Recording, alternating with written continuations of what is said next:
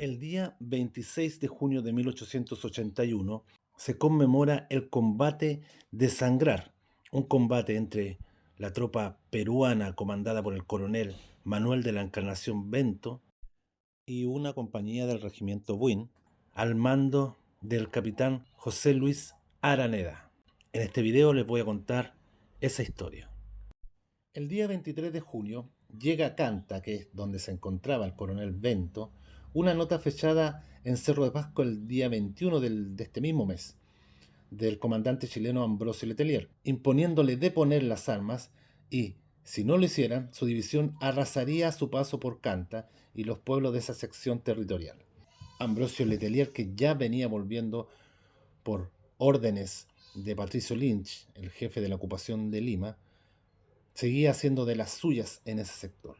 Un relato del capitán peruano Luis Escudero nos cuenta lo que sucedió en Canta al recibir esa nota. Esta amenaza, lejos de amedrentar al jefe peruano y las fuerzas en reorganización que le obedecían, los alentó, produjo una explosión de ira y motivó una reunión de jefes y oficiales en que se resolvió salir cuanto antes con parte de las tropas hacia la cordillera de la Viuda, o más adelante, con el objeto de observar al enemigo y batirlo en caso necesario. El batallón Canta, comandado por Bento con aproximadamente 150 hombres, sale de esta ciudad el día 24 de junio, acompañado también con muchos vecinos y pobladores del sector, por lo que hace bastante difícil determinar su número exacto. Según algunos relatos chilenos, no bajarían de los 300 hombres. El día 25, cuando este batallón iba en dirección a la cordillera de la Viuda, en la noche supieron, gracias a un vecino de Yantac, que fuerzas chilenas habían invadido la hacienda Sangrar, que era propiedad del Norberto Bento, padre de Manuel de la Encarnación Bento, que era el comandante de este batallón. Por lo que decidieron cambiar su rumbo hacia esa hacienda, pernoctando esa noche en la hacienda Oxamachay. En la hacienda Sangrar estaba el capitán José Luis Araneda, con una compañía del batallón Buin, que contaba en total con 83 hombres. Araneda decidió dejar en el pequeño caserío de Cuevas, muy cerca de la hacienda Sangrar, a 15 hombres al mando del sargento Germán Blanco, por lo que en Sangrar el día 26 de junio se encontraba el restante de la compañía del Buen. El historiador chileno Gonzalo Bulnes nos describe Sangrar de la siguiente forma. Estaban situadas en un explayado de 3 a 4 cuadras, encajonados por 3 costados entre altos cerros, posición antimilitar porque el enemigo podía tomar la altura y dejar a los chilenos en el bajo. Contiguos a las casas, cuyas murallas eran de piedra, con techo de zinc, y rodeadas de corredor, había unos ranchos pajizos que probablemente servían o de cocina de la vivienda señorial o de habitación de la servidumbre. A cierta distancia, en la misma planicie, existían una iglesia también techada con paja y enfrente de ella un corralón con murallas de piedras sobrepuestas o pircas, donde se encerraban las mulas y los asnos acarreadores de minerales. En ese distrito la única industria era la minería. En esa mañana, el capitán Araneda envía 2 comisiones de hombres a buscar ganado y papas para hacer el sustento de la tropa, pero sin calcular las distancias, es decir, con libertad en ese sentido, y quedando así en la imposibilidad de hacerlos regresar en caso que sea estrictamente necesario. El grueso de la compañía se queda en Sangrar. Estos piquetes que iban en busca de provisiones eran conformados por el sargento Zacarías Bicibinger, el cabo Bernabé Orellana, los soldados Tapia, Sepúlveda, Ibarra, Muñoz, Galvez y el arriero Maya. Este piquete marchó en dirección a la hacienda Capellayoc y el segundo piquete era conformado por el cabo Julio Ollarse y con 4 soldados más que marcharon en dirección totalmente opuesta a Bicibinger. Las tropas de Bento ya habían reanudado su marcha hacia la hacienda Sangrar, y a eso del mediodía del 26 de junio se topan con el piquete al mando del sargento Bicibinger. La avanzada de Bento se esconde en unas rocas que le sirvieron de parapeto y esperó que el piquete enemigo bajara al llano y, en el momento preciso, una descarga de fusilería y un corto tiroteo dejó a casi todos los hombres de Bicibinger muertos, entre ellos también Bicibinger, logrando escapar solamente el soldado chileno José Sepúlveda, quien fue herido con un certero balazo que lo echó a tierra. Sepúlveda moriría a los pocos momentos después. Se dice que Bento le habría dicho a su tropa lo siguiente: basta con lo hecho ya, pasemos aquí la noche y en la madrugada bajaremos. A lo que Nazario y Greda le respondió: no señor, hay tiempo y ahora mismo nos vamos sobre ellos. Sabemos que ahora son 100 y los tomaremos de sorpresa. Quizá mañana sea mayor el número y entonces estaremos perdidos. Hoy o nunca. Bento contestó lo siguiente: hágase lo que se quiere. Estos disparos fueron escuchados por el restante de la compañía del Buin, que estaba en Sangrar, un tiempo aproximado de media hora. El centinela que estaba en uno de los cerros daba el aviso que ya se veía al enemigo que venía avanzando en dirección a ellos. Además que también volvió la mula que llevaba el arriero, que era el guía del piquete de Biciminger. Llegó esa mula al campamento chileno. Ya con eso los chilenos tuvieron la seguridad de que el piquete había sido atacado y muy probablemente había sido sorprendido y habían sido todos muertos. El cabo segundo chileno Ramón González nos relata lo siguiente: entonces mi capitán, a fin de cerciorarse personalmente, subió a informarse, pero solo llegaría a la mitad del cerro, pues como le hicieron fuego ya de arriba, tuvo que bajar.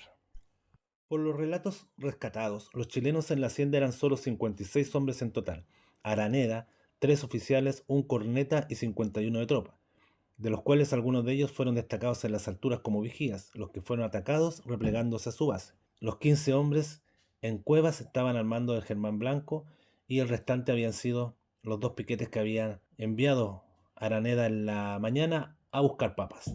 Araneda divide en 2 fracciones sus fuerzas en Sangrar. Una al mando del subteniente Ismael Guzmán ocupó el corralón contiguo a la iglesia, sirviéndole las murallas de parapeto. Araneda se ubicó delante de la casa principal en parapetos de piedra. De igual manera, el comandante Araneda envió al cabo segundo chileno Ramón González que se dirigiera a Cuevas a alertar a los 15 que se encontraban allá para que vinieran a prestarle auxilio. El enemigo continuó avanzando hacia nosotros y rodeándonos por todas partes, nos cuenta González, visto lo cual me mandó fuese a prevenir al destacamento que se encontraba en Cuevas, lo que fue ejecutado con prontitud, pues yo, aun cuando no hablé con el sargento personalmente, por las señas que le hice desde un punto dominante donde me paré, por no poder continuar bajando por el cansancio, se comprendió lo que quería decir y subieron. Germán Blanco, que estaba a cargo del piquete que estaba en el caserío de Cueva, nos cuenta lo siguiente: como viera la señal que le hacía uno de los centinelas apostados en las alturas, hizo reunir su tropa para subir en protección de los que allí se encontraban, pues las señas ni indicaban otra cosa y los disparos que se sentían no dejaban duda de que en Sangra se había trabado un combate. Con la presteza necesaria ascendí el cerro con la tropa, demorándome, según mis cálculos, un cuarto de hora en llegar a una cuadra de distancia de las casas que ocupaba mi capitán, desde el momento que vi las señas del centinela. En ese punto me parapeté por un momento contestando los fuegos que me hacía el enemigo, sin que a mi alrededor hubiera otra gente que la enemiga. Bento, inteligentemente, evitó que los grupos aislados de Araneda se juntaran y como sus hombres eran muy superiores en cantidad, una fracción se batió con los 15 hombres que llegaban de Cuevas. Estos, siendo hostigados por muchos más enemigos y viendo que no podrían socorrer a Araneda y que tampoco serían socorridos, se baten en retirada con dirección a Casapalca, después de una ardua resistencia. En aproximadamente media hora los chilenos en Sangrar fueron rodeados por los peruanos, que en número muy superior los atacaban por todos lados. Germán Blanco se retiraba a Casapalca. Lo mismo tuvo que hacer el subteniente Ismael Guzmán, pero después de una resistencia mucho más tenaz. Fue acosado por las embestidas de numerosos enemigos que lo atacaban en olas sucesivas y abandonó el corralón y se encerró en la iglesia, haciendo fuego nutrido por su gran portón. Los peruanos evitaron que Guzmán se reuniera con Araneda, pero al no poder sacarlo de la iglesia, incendiaron su techo de paja y el templo se llenó de un espeso humo que impedía respirar. En vano intentó Guzmán replegarse a las casas donde estaba Araneda, porque una doble masa de soldados le impedía el paso, y viéndose ya con su personal reducido porque había sufrido bajas, se retiró batiéndose por momentos prácticamente a la bayoneta, y se reunió con Germán Blanco y sus hombres, con quienes se retiraron juntos a Casapalca. Un relato muy interesante es el del soldado peruano Martín Valderrama, que nos cuenta en un pequeño extracto seguramente de esta parte del combate lo siguiente. Uno de nuestros compatriotas, Nazario Chamorro, alcanzó a un chileno. El que se escapaba, pues, le dio alcance y queriendo vencerlo, Nazario le mordió la oreja, quedando dentro de sus dientes un pedazo. Luego el chileno le dijo: «Cómete la oreja, pero no me mates». Esto fueron palabras textuales por el chileno enemigo y oídas por mí como por mis compañeros de ese entonces. Este relato de Valderrama seguramente es del momento en que Ismael Guzmán abandona esa casa que se quemaba, la iglesia, y se bate prácticamente a la bayoneta con los peruanos. Un relato muy interesante porque después, posterior al combate, hay algunos relatos en los diarios en donde se menciona a un hombre que venía con una oreja menos. Araneda quedaba solo en Sangrar con una tropa ya diezmada por las bajas que habían sufrido y se encerraba en una de las casas de la hacienda que tenía techo de zinc para evitar que fuera incendiada. El coronel Bento, que era conocedor de la topografía de la hacienda de su padre, decidió dividir sus tropas en tres secciones.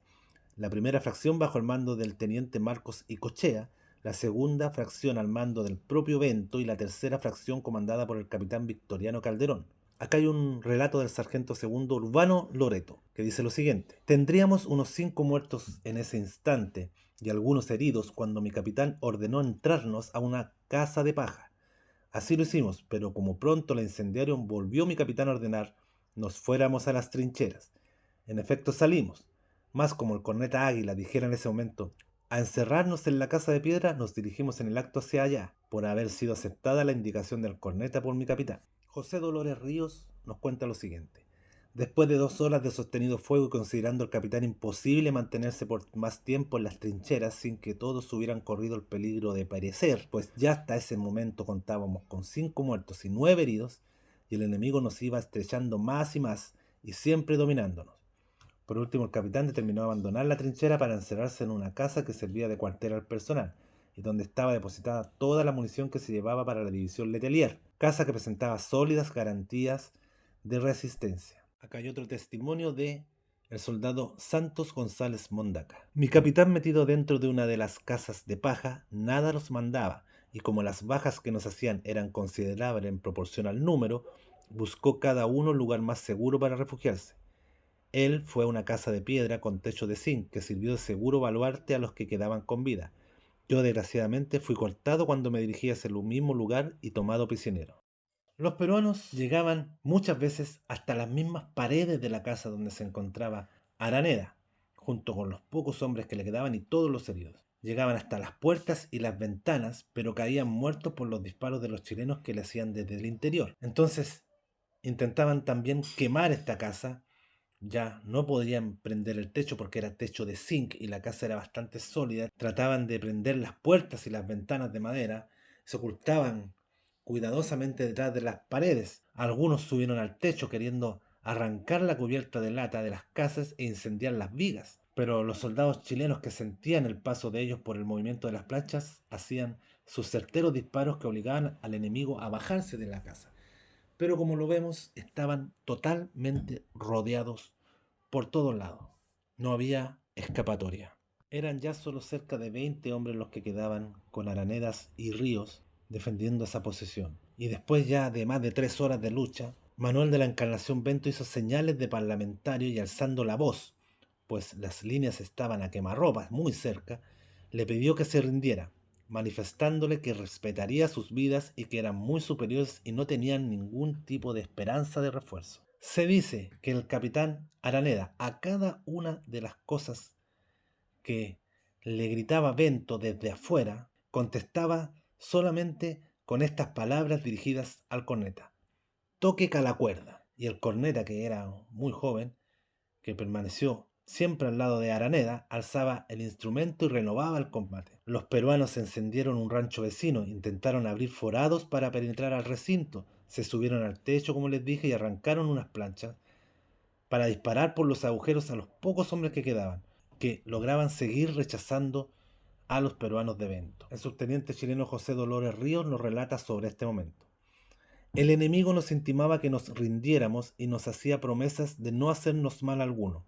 a lo cual le contestábamos haciéndole fuego y el capitán con sus voces de mando en alta voz trataba de hacer ver al enemigo que contaba con bastantes fuerzas para combatir aún. Los enemigos, considerando inútiles los esfuerzos para hacernos rendir, pusieron en juego algunos medios para incendiar la habitación, pero ello fue infructuoso, pues cada vez que se acercaban tenían que retirarse prontamente a consecuencia del fuego que recibían. Durante el transcurso del tiempo que pasamos encerrados en la casa, el capitán hacía tocar llamada con el corneta, a fin de que se le incorporara a la tropa del subteniente Guzmán, que aún la creía en sus inmediaciones, pero todo era inútil, pues este oficial se había retirado a Casapalca después de una hora de combate con la parte del enemigo que lo atacó. Los hombres de Araneda, como ya lo hemos visto en estos relatos, rodeados por todos lados sin ninguna posibilidad de escape, solamente resistiendo en esa casa. Y así se desarrolló el combate hasta muy entrada la noche. El sargento segundo Urbano Loreto nos dice lo siguiente: permanecimos encerrados hasta el día siguiente, recibiendo durante la noche frecuentes disparos que hacían a la casa y nosotros contestándolos, y aun cuando trataban de asaltarla de varios modos, encontraban tanto por parte de mi capitán como nuestra la firme decisión de resistir a todo trance, hasta que al fin el enemigo, convencido de la inutilidad para hacernos rendir, se retiraron dejándonos en posesión del campo. Por su parte, Guzmán y Blanco llegan a Casapalca dándole aviso al comandante Virgilio Méndez. Bueno, ellos no sabían la suerte que había corrido el capitán Araneda, pero igual tenían que mandar un destacamento a reforzarlos en el caso de que aún prosiguiera el combate. Eran pocas las esperanzas de que hubiera sobrevivientes. Como se dice en los relatos, los embates peruanos persistieron durante la noche del 26 y a eso de la medianoche, ya pasando al día 27 de junio de 1881, cesaron los fuegos porque los espías de Bento le comunicaron que venía al trote desde Casapalca un refuerzo que el jefe de esa guarnición, Virgilio Méndez, enviaba en auxilio de sus compañeros. Los peruanos recuperaron cerca de 800 carneros y se llevaron a los muertos que habían quedado en el terreno, retirándose por completo a eso de las 2 de la mañana más o menos, siendo imposible saber la cantidad de sus caídos, debido a la diferencia en los relatos de estos con relación a los números de bajas, de tropas, etc. Los refuerzos llegaron cuando el campo ya estaba desocupado de enemigos. Bueno, terminado ya el combate, el cabo Julio Yarse, que iba al mando de otros 4 soldados en busca de papas, como lo dijimos al principio casi del relato, se incorporaron el día 27 trayendo incluso algunos víveres y animales. Al parecer ni se enteraron del combate. Es imposible saber cuántas eran las tropas peruanas que atacaron a los chilenos. Araneda las calcula en 700, de los cuales 400 estaban bien armados, según su relato, lo que parece un poco exagerado. Para los chilenos este número era muy difícil saberlo, ya que solo veían llegar y llegar hombres, y la segunda parte del combate la pasaron encerrados, pero la mayoría de los testimonios coinciden en que no serían menos de 300. Los peruanos hablan de distintos números también, no es un número exacto. Por ejemplo, el periodista Ricardo Palma habla de 300 peruanos. La esposa de Bento, Carmen Leonor Thompson, habla de 180 hombres del batallón Canta, pero no nombra a los pobladores. Según Manuel Solís, diría que en total eran 70 u 80 individuos, divididos en dos compañías de más o menos 40 hombres cada uno, lo que al parecer eso sería muy poco comparado con otros relatos. Luis Escudero confirma que la tropa peruana eran cerca de 300, pero aumenta a la tropa chilena hasta el ridículo número de 500 hombres, lo que es una tremenda exageración. Ahora, ¿quién ganó este combate? Ambos bandos se adjudican el triunfo. Esto queda a la interpretación más bien de cada uno. Los peruanos recuperaron las reses y desarticularon la guarnición chilena, dejándolos totalmente diezmados. Se llevaron cerca de 50 fusiles Comblain y 2 prisioneros, pero se retiraron sin poder desalojar o eliminar a todos y sin tomar posesión del lugar. Los chilenos mantuvieron la posesión y la defendieron sin rendirse, lo que también es algo valorable, cosa que pelearía Araneda posteriormente para que se le nombrara a esta acción de sangrar como una acción distinguida. Pero las pérdidas de hombres en este combate, según Virgilio Méndez, en un telegrama enviado posterior, son de 15 muertos, 17 heridos y 7 individuos cuya suerte se ignora, entre ellos el arriero Maya. Las bajas peruanas es imposible saberlas. Se presume que fueron muchas las bajas, pero como fueron recogidos los cuerpos en su retirada por los peruanos, no hay un número exacto. Así termina otro cruento, otro terrible combate en la sierra peruana, en donde claramente los peruanos dominaron el combate de principio a fin y los chilenos resistieron heroicamente para conservar sus vidas. Mi nombre es Rodrigo Carmona, soy el administrador de la página Guerra del Pacífico al Día, página en Facebook donde puede ver todos los detalles de este combate y de todos los hechos acontecidos en la Guerra del Pacífico. También puede suscribirse a mi canal de YouTube, Guerra del Pacífico al Día, donde estoy dejando videos, algunos en los lugares donde ocurrieron los hechos, y también a mis redes sociales, TikTok, Instagram, en donde siempre se están dejando algunas cosas. Un abrazo para todos, hasta un próximo video.